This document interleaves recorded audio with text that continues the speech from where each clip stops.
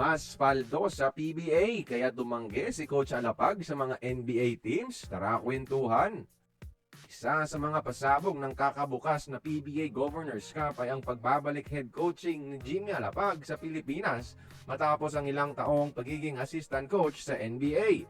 Hindi na na-renew ng Sacramento ang kontrata niya, pero alam nyo ba, ayon mismo kay Coach Jim, may 8 NBA teams na kumausap sa kanya, mga idol, para kunin bilang isang player development coach sa NBA.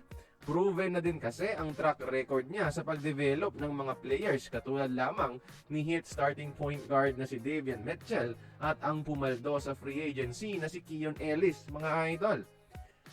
Marami na rin na buong connection itong si Coach Jim sa 6 na taon sa NBA, although hindi niya pinangalanan ang mga NBA teams na yan. Para pasimplehin ha, 1/4 ng kabuuang team sa NBA gusto pa rin makuha ang serbisyo ni Alapag.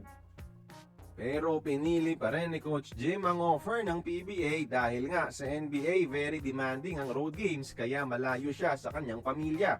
He wants to spend more time with his family na makukuha niya lamang sa PBA at syempre siguro paldo rin siya sa offer ni Boss MVP na galante naman talaga magpasahod para piliin ni Alapag ang PBA over NBA. Di may tatanggi ang posibilidad sa sahod na ibibigay ni Boss MVP. Nasa $120,000 lamang o nasa 6 million pesos per year ang average na sahod ng isang player development coach sa NBA o 500,000 pesos monthly.